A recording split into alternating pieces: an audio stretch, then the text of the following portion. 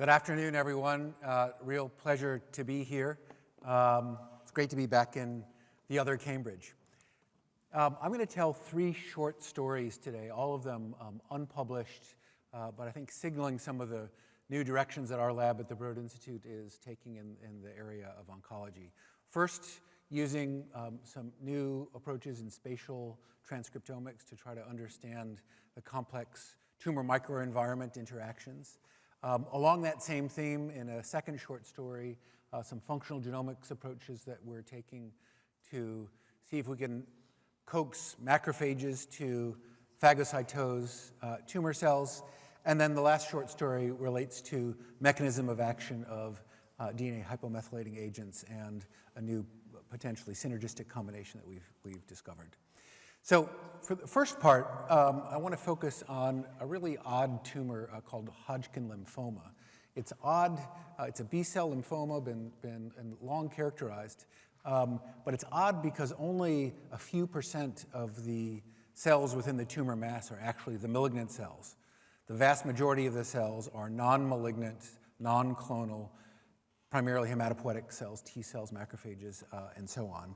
And so there must be some complex tumor microenvironment interaction. And we asked, could we use modern genomics to try to understand that? And so for this work, led by a physician scientist in the lab, Vignesh Shanmugam, he took a combination of single nucleus RNA sequencing and spatial transcriptomics using new methods, slide-seq and slide tags, developed by our colleagues at the Broad Institute, Fei Chen and Evan McCosco, to look at single-cell resolution with spatial resolution within these Hodgkin lymphoma tumors to see if there's anything interesting that one can see at this level of spatial and single-cell resolution. First question simply being, all right, there are all these different cell types within the tumor.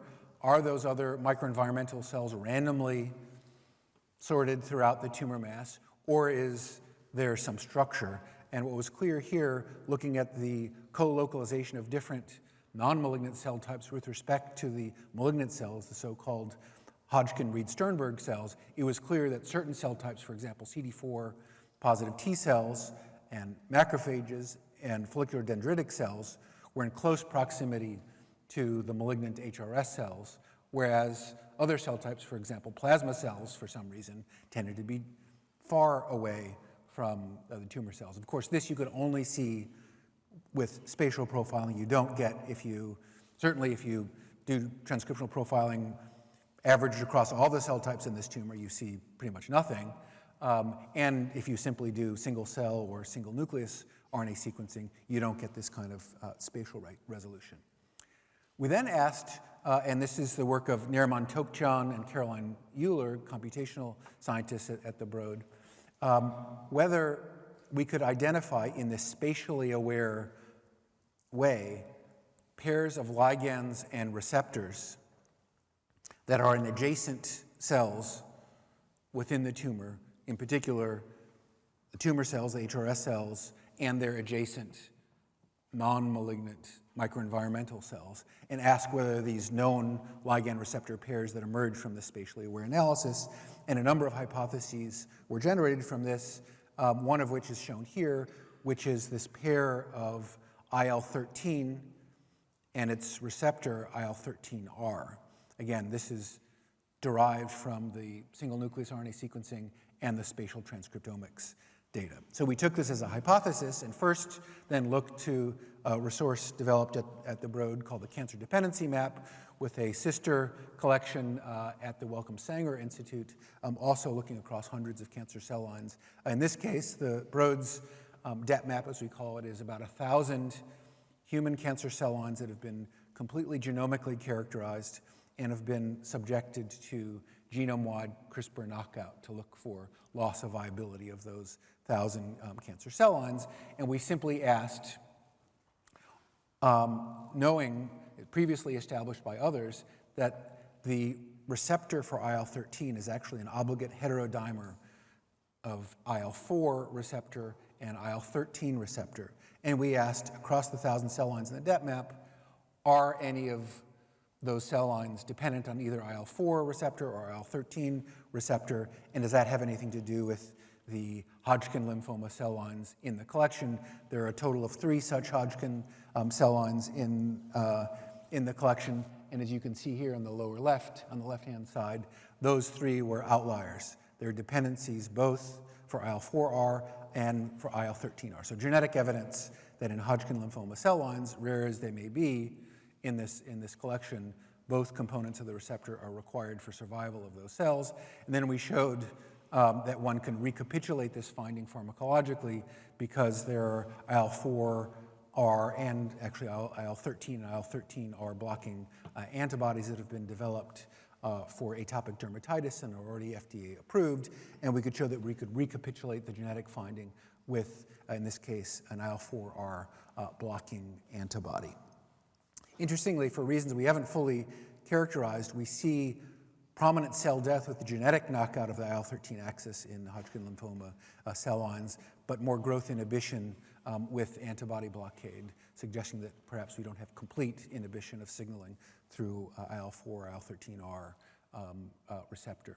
But it does suggest that for Hodgkin lymphoma, one might be able to exploit this therapeutically. So to conclude this part of the talk, we demonstrated that Hodgkin lymphoma is, in addition to the rare Hodgkin-Reed-Sternberg malignant cells, rich in CD4 positive T cells, rich in macrophages, and that these microenvironmental cells comprise a distinct niche in the vicinity of the tumor cells.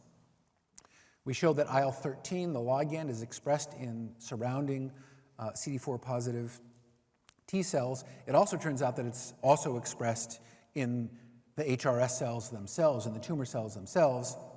And Ash Alizadeh at Stanford has recently shown that there are mutations that activate the IL-13 pathway, somatic mutations in Hodgkin lymphoma, reported in Nature last year. And then we showed that genetically, IL-13 signaling is a dependency in Hodgkin's cell lines, and that this could be phenocopied with a blocking monoclonal antibody, suggesting that one might explore bringing these already clinically developed neutralizing antibodies to the clinic for Hodgkin lymphoma.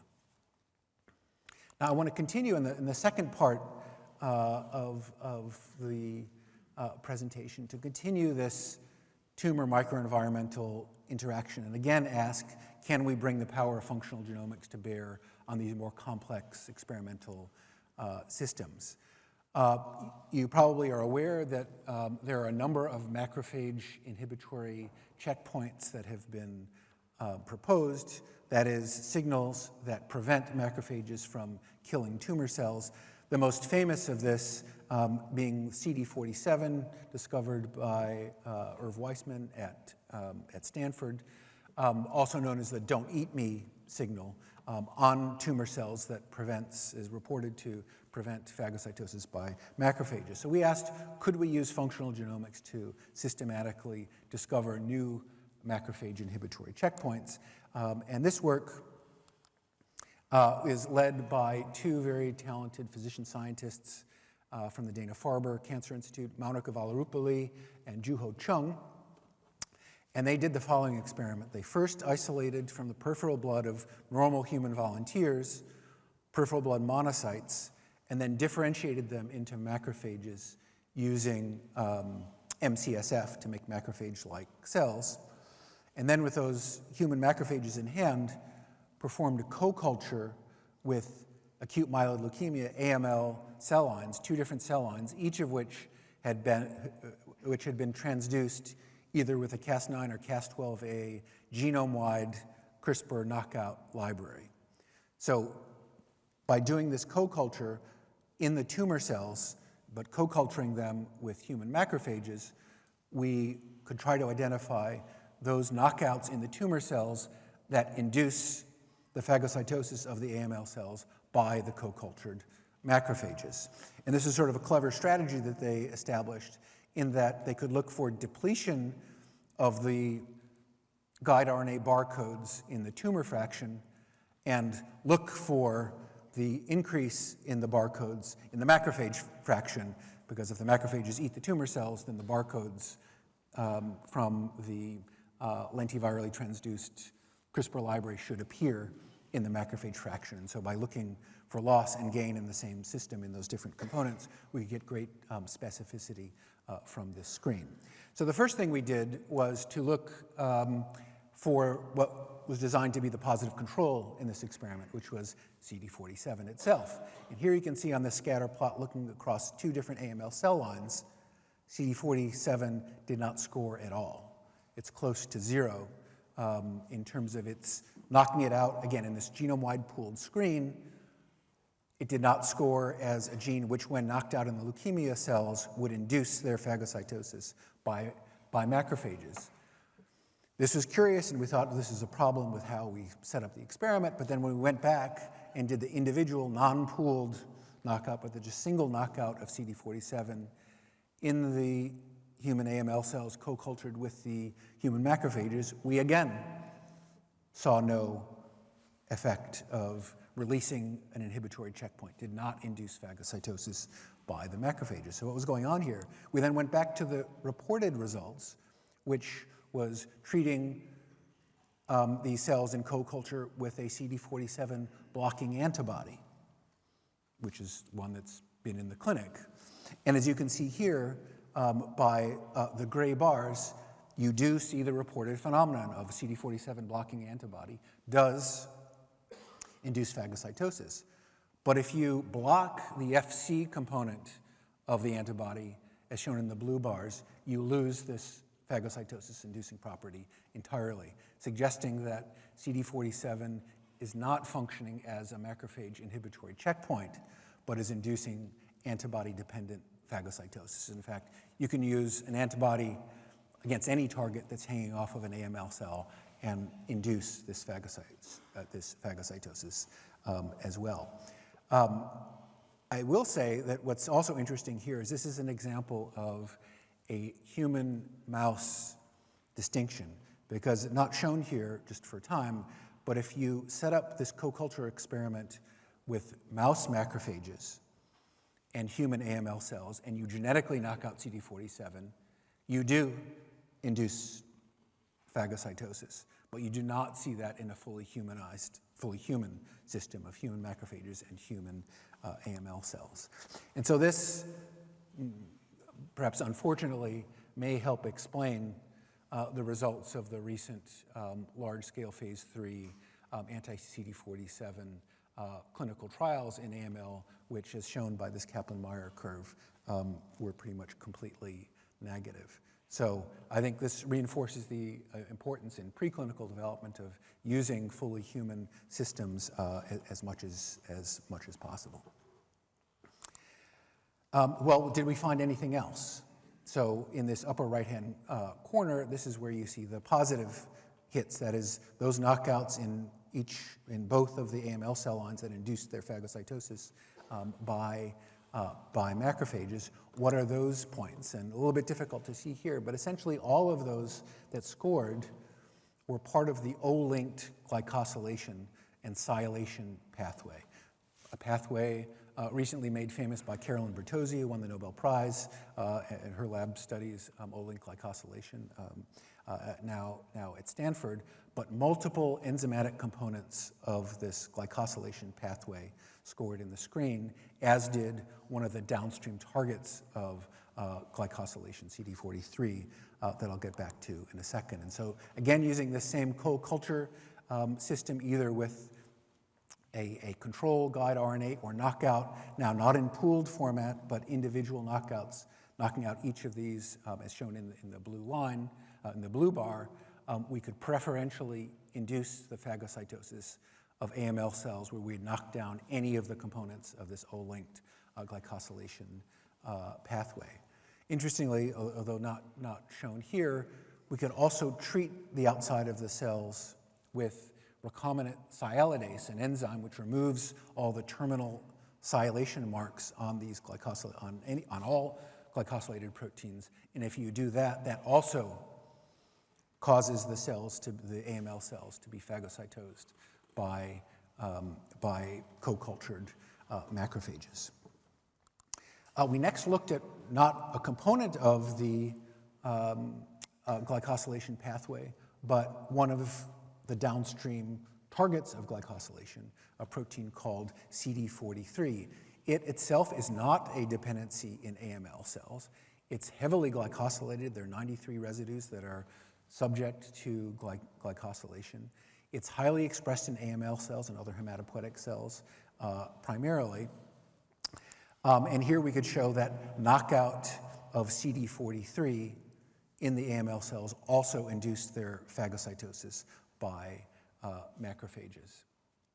Interestingly, if we do this knockout of CD43 in combination with knockout of other components of the glycosylation pathway, we don't see a combination effect, which we take to mean that CD43 may be the principal downstream effector of the whole glycosylation pathway with respect to phagocytosis by macrophages. It's been reported by others that there are actually distinct patterns of CD43 glycosylation in AML cells. It's not been previously suggested to be a macrophage inhibitory checkpoint, but there might be patterns of specific glycoforms of CD43 in AML that are not seen in normal cell types, and this raises the possibility that developing an antibody specific for those AML specific glycoforms may be a way to increase a therapeutic index for CD43 as a therapeutic strategy. So to conclude this part, we showed, I think pretty convincingly, that CD47 does not function as a macrophage inhibitory checkpoint in a fully human system, that a genome-wide screen revealed multiple components, enzymatic and other transport components of the O-link glycosylation pathway, and those are essential for preventing AML cells from being phagocytosed by macrophages, which I didn't show data to show this, but it's very common that tumor cells are chock full of macrophages. And so if one could activate macrophage-induced phagocytosis of tumor cells, this could be an interesting new angle for immunotherapy for cancer. And we suggest that CD43 is a key downstream target of this glycosylation and silylation pathway and may serve as a therapeutic target for AML. Okay, the last part of the talk is going to focus on a class of agents that have been around for a long time, DNA hypomethylating agents, HMA agents, which are really remarkable.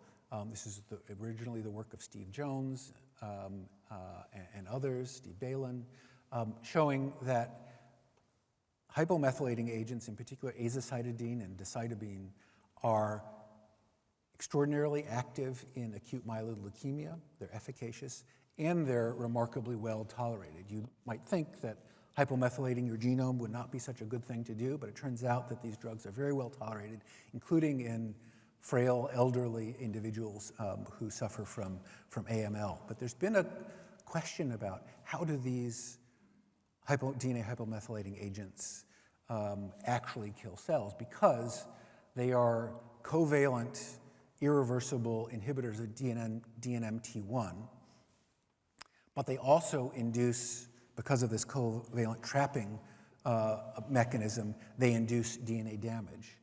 And we know that DNA damaging agents are potent anti-cancer agents. So is it actually the hypomethylating activity that explains the anti-AML activity, or is it the DNA damaging activity that explains the activity? And so this is the work of Rishi Puram, a physician scientist in the lab, who recognized that perhaps he could sort this out by studying a newly described compound by GSK 3685032, which is a non-covalent DNMT1 inhibitor that's now in the clinic, not in oncology, but for sickle cell disease.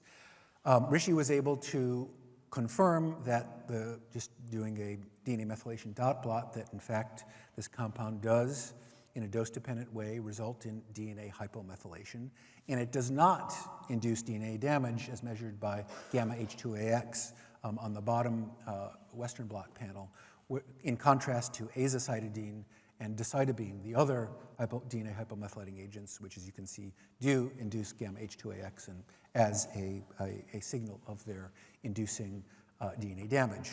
So we asked, could we use this non-DNA damaging DNA hypomethylating agent to address the question of, are cancer cells killed by one mechanism or the other? And so to do this, and at convincing scale, we turned to a method developed in my lab by Channing Yu a number of years ago that we called PRISM, which involves the following simple idea. If you'd like to look at a either genetic perturbation or pharmacologic perturbation across the diversity of human cancer, you'd like to do that not just in your favorite 1 model or 2 model or 3 models, but across hundreds of human models simultaneously. And we do that by introducing unique molecular barcodes into each of the cancer cell lines. We've now barcoded about 1,000 of these cell lines. This experiment happens to involve 586 of them. So barcoding 586 cell lines, pooling them together, and then treating, for example, with a drug of interest and asking, are certain barcodes depleted? And if the barcodes are depleted, which you can measure by sequencing or other mechanisms, you can infer that the cell lines that were tagged with that barcode must have been depleted. So you can do this in very highly efficient pooled format. And so we used the PRISM method to compare the GSK compound, the non-DNA damage compound across these 586 cell lines, to the combination of DNA damaging and hypomethylating agents, azacitidine and decitabine. And what you can see here for the scatter plot, looking at the AUC for each of these, for these 2 drugs, the GSK compound on the x-axis and decitabine on the y-axis, each dot representing one of each of the 586 cell lines, you can see that these largely fall on the diagonal, which we take to mean that the mechanism of killing by these long-standing agents, azacitidine and decitabine, actually do kill by their hypomethylating and not principally by their DNA damaging activity. You can see that there is some off-diagonal activity here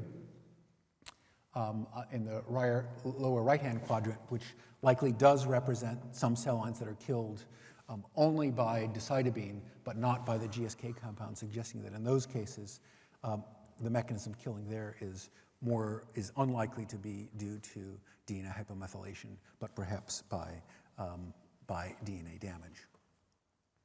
Now, we also used this DNA hypomethylating agents to ask the question, if they're really well tolerated, and one presumes that by changing the methylation status of the genome, you're likely to induce a different cell state, could we pre-treat cells with any of these DNA hypomethylating agents and confer upon an otherwise resistant cancer cell line sensitivity to DNA hypomethylating agents? Could you create a new therapeutic, a state that creates a new therapeutic vulnerability? And again, we did this at scale in the context of a pool of 300 different cell lines as a PRISM pool. So 300 cell lines that are first treated with a hypomethylating agent. Doesn't matter which one, they all kind of work the same in this context. Pre-treat for 3 days. And then we developed a library of about 6,000 repurposing compounds, which meaning simply they're compounds that are either in development or have already been FDA approved or very well characterized tool compounds, and asked,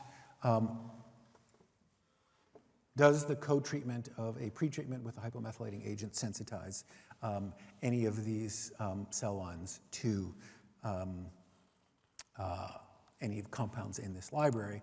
And what I can just summarize in one sentence here is that we saw other epigenetic regulators consistent with the hypomethylating DNA hypomethylation as an agent scoring, and we also saw a combination with MCL1 inhibitors sensitizing a number of cell lines. And because our lab has had a long-standing interest in DNA hypomethylation, I want to focus on this just for the last couple of minutes. It turns out that we've had a long-standing interest in developing MCL1 inhibitors. The Broad was the first to solve the crystal structure for MCL1, and initially in partnership with Bayer Healthcare, we developed a compound that we believe has the potential to be a best-in-class MCL1 inhibitor. It has sub-nanomolar KD against MCL1 with about 10 to the fourth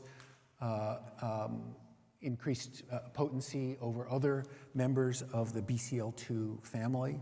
I should have said for the non-oncologists in the room that MCL1 is a member of the BCL2 family of anti-cell death or anti-apoptotic proteins. It does exactly what you'd expect an MCL1 inhibitor to do, including it kills cells in a manner that's dependent on BAX and BAC, known effectors of apoptosis. If you knock out BAX and BAC, you see no activity either for killing or for the induction of caspase-3-7.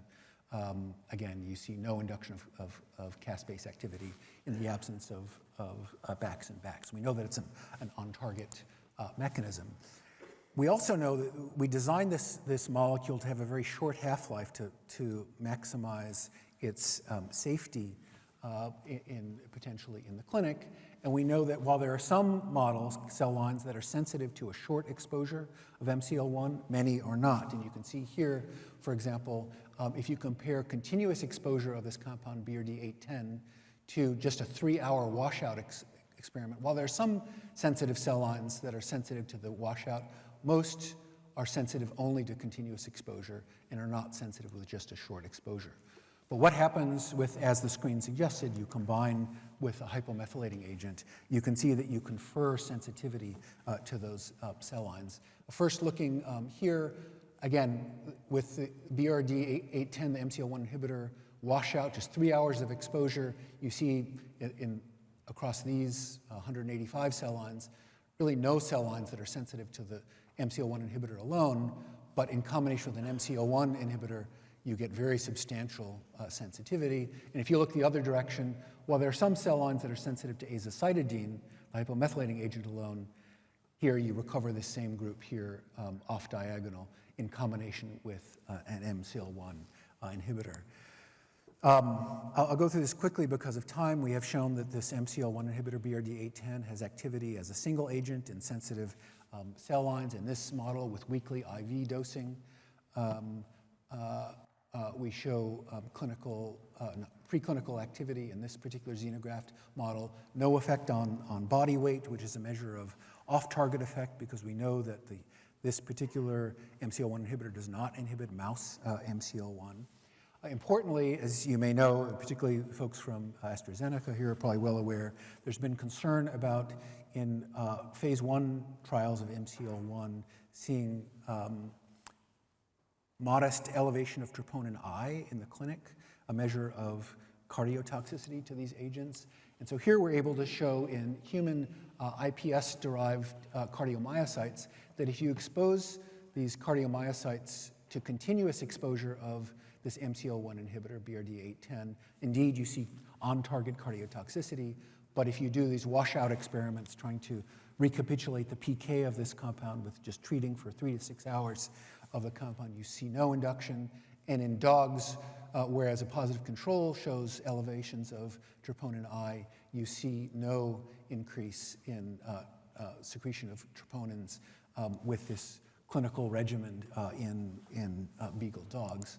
And importantly, now either in human iPS-derived cardiomyocytes or embryonic stem cell-derived cardiomyocytes, the addition of a hypomethylating agent, as I previously showed you that it induces the combined toxicity of some tumor cells, it does not have combined cardiotoxicity in these cardiomyocyte models, which is encouraging to see. No increased in caspase with combination of azacitidine plus the MCL1 inhibitor.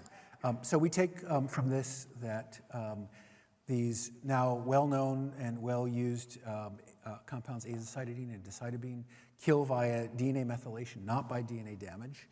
That we show that MCL1 inhibition sensitizes biomarker-driven certain tumor cells to killing with DNA hypomethylating agents, and present BRD810 as a potent selective, importantly short half-life MCL1 inhibitor that's now completed IND-enabling studies and is ready to enter the clinic, and I'd be happy to answer more questions about that if there are any offline. So I've tried to mention the people who have done the work. Vignesh led all the Hodgkin lymphoma work, Monica and Juho on the macrophage checkpoint work, and Rishi Puram and Ula Rao, MCL1. And thank you very much. Do we have time for questions? We have time for one or two, perhaps very quick questions. And the online audience, if you have any questions, please do. Any burning questions from people in the audience? We have a roving mic here. Steve there. Anyone else after Steve? No, that's fine.